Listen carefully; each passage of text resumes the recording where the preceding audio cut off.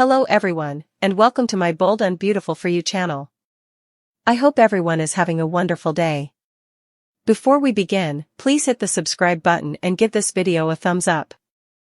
Well, Spencer had never expected the letter to feel so heavy in his hand, but as he stood alone in the dim light of the beach house, where the last traces of salt air clung to the curtains and the sound of waves murmured beneath the uneasy quiet, he realized that the thin, carefully folded piece of paper Luna Nozawa had left behind carried more weight than anything he'd held in years, heavier than his high school diploma, heavier than the acceptance letter he'd received from his first internship. Heavier even than the keys to his father's empire when Bill had jokingly placed them in his hand one summer morning as a kind of symbolic gesture of future inheritance. Because this letter wasn't a promise or a celebration, it was a confession, a desperate plea, and, though he refused initially to believe it, a farewell, and as he opened the envelope with trembling fingers, smudged from the remnants of the beach sand he'd dragged an hours earlier, the words flowed off the page in Luna's handwriting, heartbreakingly precise, a handwriting he remembered watching her practice months ago when she'd doodle on napkins at Il Giardino while stealing glances at him, shy but curious, but now the letters curved with urgency, with regret, with fear, and Will felt the room tilt as he read the first sentence. Will, if you're reading this. I didn't want to leave you like this, but I had no choice. That single line crashed into him harder than the strongest tide he'd ever swum against, because Luna never used to talk this way. Every thought she shared with him before had been bright, impulsive, filled with the reckless hope of someone who believed she still had time to rewrite her life, yet here was a Luna he barely recognized, one speaking from a place of deep sorrow, a Luna who believed she had already run out of time, and he reread that sentence repeatedly until the words blurred, his vision stinging as he forced himself to continue, swallowing hard when he reached the part where she apologized for arriving at the beach house earlier without warning, where she admitted she'd known she was risking everything just by showing up but she needed to see him again, needed to look at someone who once made her feel normal before everything spiraled into accusations, criminal charges, public humiliation, and worst of all, the crushing abandonment by the people she'd loved the most. Because while the world portrayed Luna as a runaway threat, a ticking bomb of instability and violence, Will alone had seen the fractured girl underneath, the one who had felt betrayed and caged by her own mistakes, the one who had been consumed by guilt and shame long before the authorities had ever placed cuffs around her wrists, and as he read on, he saw her describe how the prison walls had suffocated her. How the whispers from the guards about Steffi Forrester demanding maximum security. About Lee Finnegan insisting Luna needed permanent psychiatric confinement, about Poppy Nozawa, her own mother, declaring her dead to me, had infected her mind until escape didn't feel like a reckless choice but a necessary one, and though Will didn't condone it, didn't want to admit she'd risked her life running from the law, a part of him understood why she'd done it, why she'd begged him hours earlier to keep her appearance a secret. Why she'd looked over her shoulder every 10 seconds as if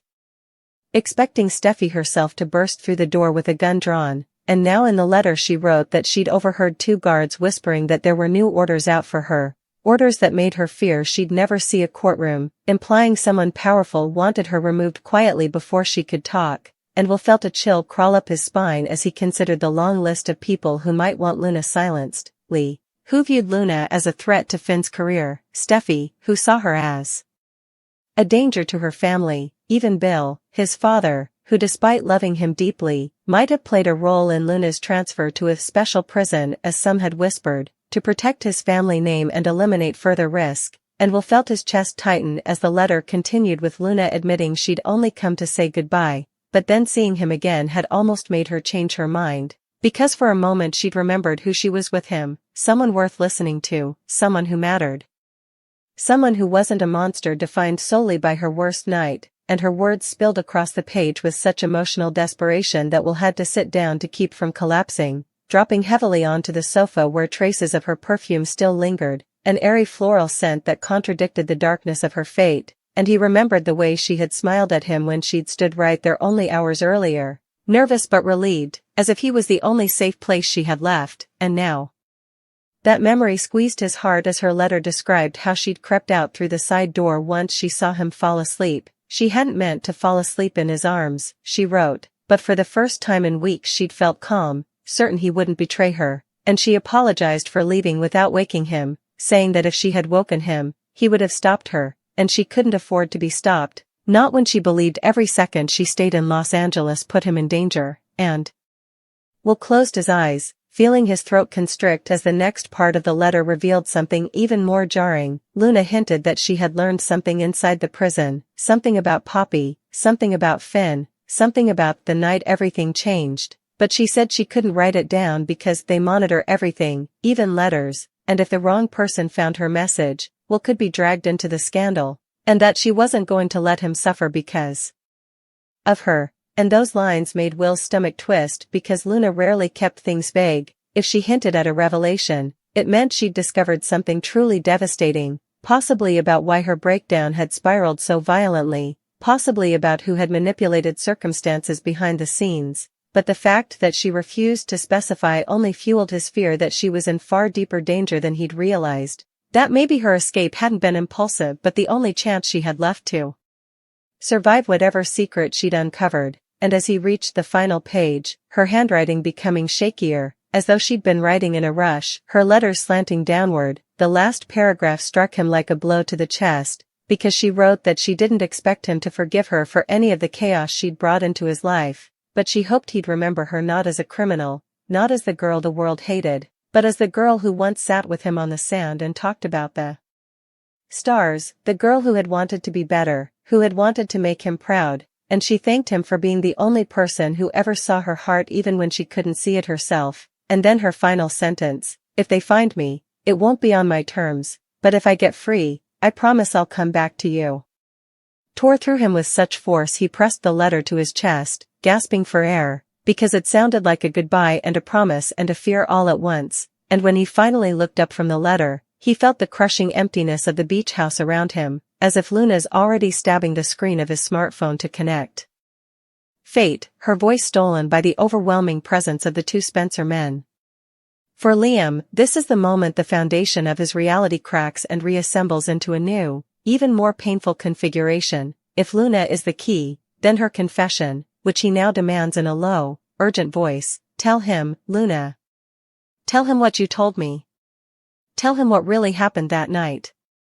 Will not only expose the method behind Hope's alleged betrayal but potentially exonerate her of willing participation, suggesting instead that she was a victim of unintentional intoxication, a theory that, while legally and morally complex, would completely absolve her of adulterous intent and shift the blame onto the source of the tainted mints and the individual who exploited her compromised state.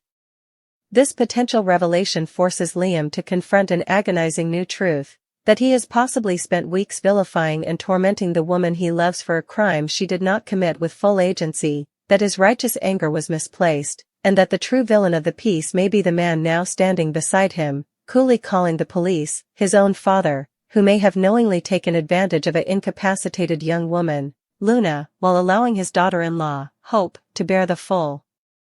brunt of the scandal and Liam's wrath. The scene, therefore, is not an ending but a devastating new beginning, a catalyst that will irrevocably shatter the already fractured Spencer family, pit son against father in a war far more profound than any previous business rivalry, force Hope to grapple with the trauma of having her name cleared in the most shocking and publicly humiliating way possible, and leave Luna's future hanging in the balance, her life in Los Angeles potentially destroyed before it even truly began, all while the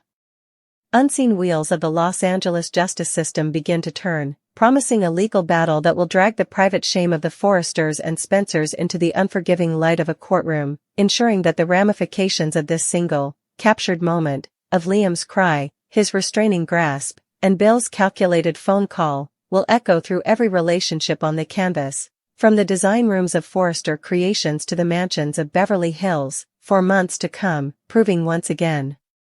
that on the bold and the beautiful, the pursuit of truth is often more destructive than the lie itself, and the moment you catch someone is often the moment you lose everything you thought you knew. The seismic shockwave generated by Liam Spencer's raw, triumphant shout, "Dad, I caught her!" as his hands closed around Luna Nozawa's slender arms, effectively turning her into a prisoner in a gilded cage of her own making and their collective tragedy, did not merely hang in the air but seemed to physically reconfigure the very molecules within Bill Spencer's ruthlessly minimalist penthouse office. A space that served as both throne room and war room for a man who had built an empire on the twin pillars of ruthless ambition and a near-sociopathic ability to manipulate truth to suit his narrative. And in this crucible of exposed betrayal, the immediate aftermath unfolded not in a flurry of further shouts but in a terrifying, pressurized silence broken only by Luna's shallow, hitched breaths and the unnervingly calm, deliberate tone of Bill's voice as he spoke to the 911 dispatcher, his words a masterclass in strategic framing.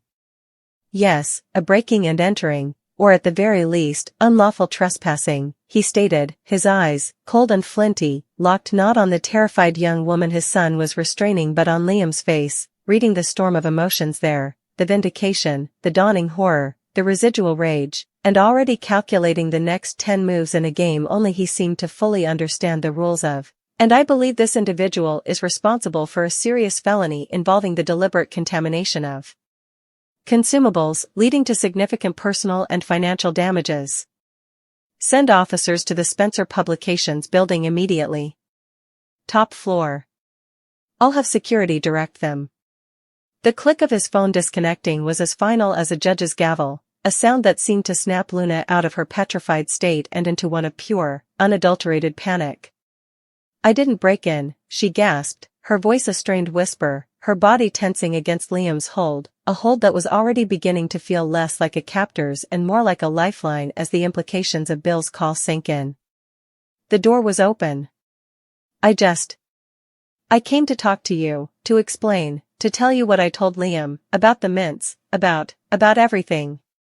Her plea was directed at Bill, a futile appeal to a man whose conscience had long been outsourced to his legal team, and Bill's response was a slow, predatory smile that didn't reach his eyes, a smile that said he had been expecting this, that he had already written the script for this confrontation and she was merely an actress failing to deliver her lines correctly. Explain? Bill repeated, his voice dripping with a condescending smoothness that was more terrifying than any shout could have been. You explained to my son a fantastical story about tainted mints and psychedelic hallucinations to cover for your own deliberate, malicious actions. You infiltrated a private event, you tampered with refreshments, and you created a chain of events that has caused irreparable harm to my family and my company. Your explanation is a confession, and the police will be very interested to hear it. This was Bill's gambit, to immediately seize control of the narrative, to pigeonhole Luna's desperate, truth-adjacent confession into the framework of a premeditated criminal act, thereby isolating her and discrediting anything she might say that could implicate him directly. He was painting her as a lone wolf, a crazed fan or a corporate saboteur, anything but what she truly was, a tragically unlucky pawn who had stumbled into the path of a bulldozer.